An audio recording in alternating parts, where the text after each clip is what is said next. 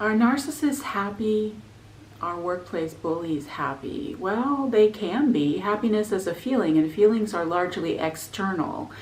So are narcissists. Integral to the definitions of the words feeling and emotion is this idea of reactivity to some sort of external stimulus, usually something you get or have.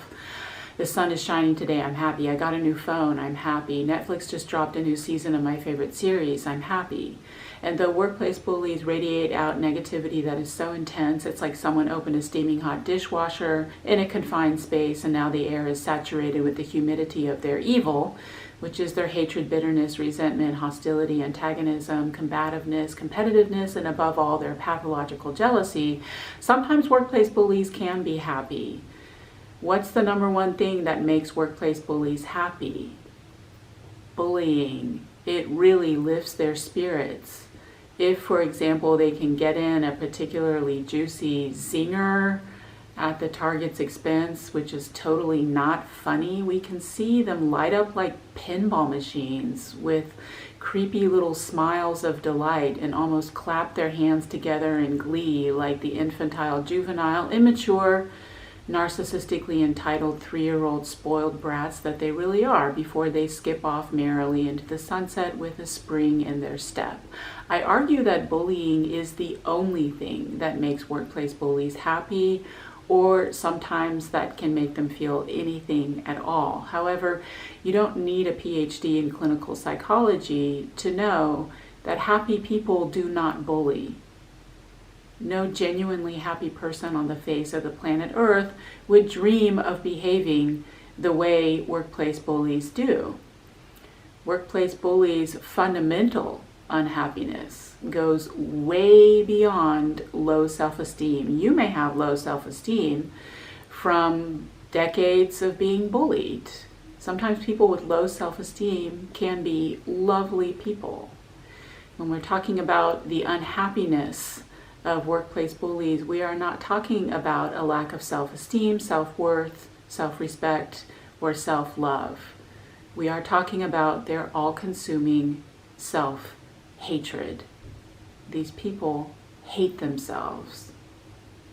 How do you know workplace bullies hate themselves? Well, one of my theories about workplace bullying is that most often targets of workplace bullying are empaths or at the very least highly sensitive people. But you really don't need to be Miss Cleo with the crystal ball to read just how miserable these people really are. Their unhappiness is palpable. It's tangible. And though workplace bullies as narcissists love to swagger around the workplace, projecting out this intense energy that borders on physically violent, it's a cliche at this point that people who act really angry are really just profoundly sad.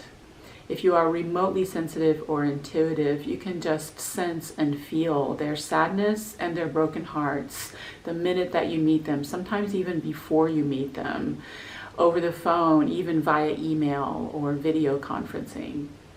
I bet if you recall your first impression of workplace bullies, it was not of their happiness, it was of their sadness. The core unhappiness of workplace bullies is ironic because it is the number one thing that workplace bullies love to accuse most about the target. Workplace bullies love to accuse the target of being quote unquote unhappy, when all you are doing is having a perfectly normal, rational, reasonable, logical, sane, healthy response to being bullied. You happen to kind of sort of like them, not like it very much. But this proverbial unhappiness that workplace bullies will not shut up about is actually a field day for them. They pounce on it like starving dogs on a bone. When workplace bullies accuse the target of being quote unquote unhappy, that's a projection if I ever heard one. Or let's go ahead and just call it what it is, call a spade a spade. This is straight up good old-fashioned hypocrisy. I've said it before and I'll say it again. The function of all abuse is to create in the victim the external reflection of the abuser's own internal reality. Let's review. The function of all abuse is to create in the victim the external reflection of the abuser's own internal reality. That's a fancy way of saying that they're trying to drag you down to their level.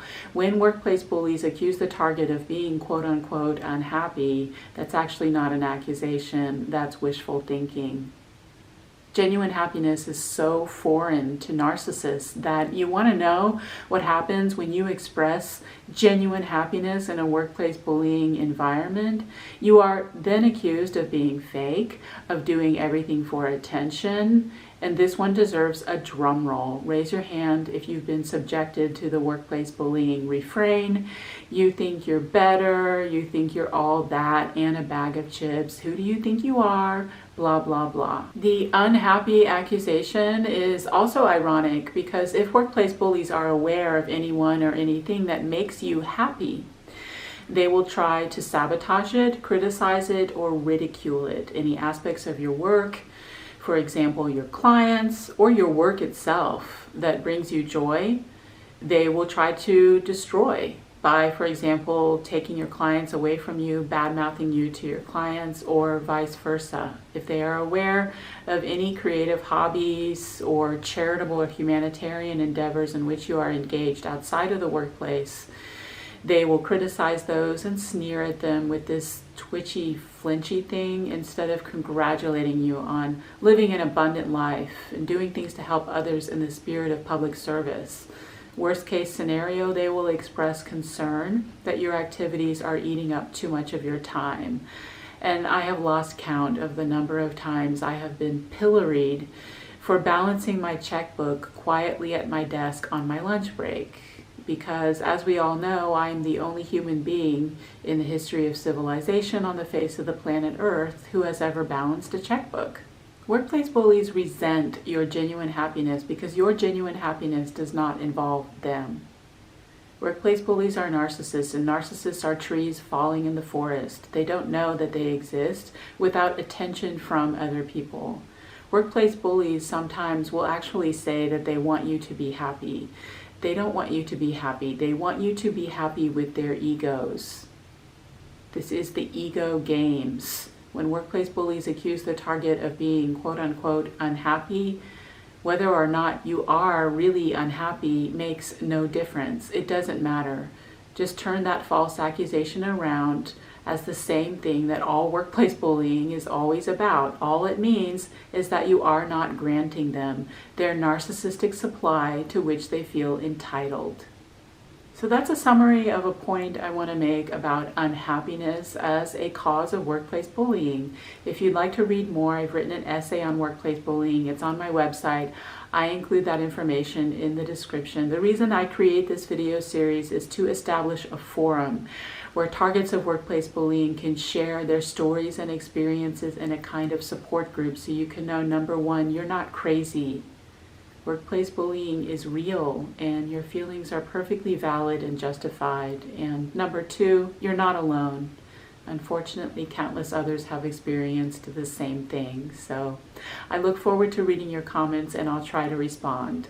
Take care.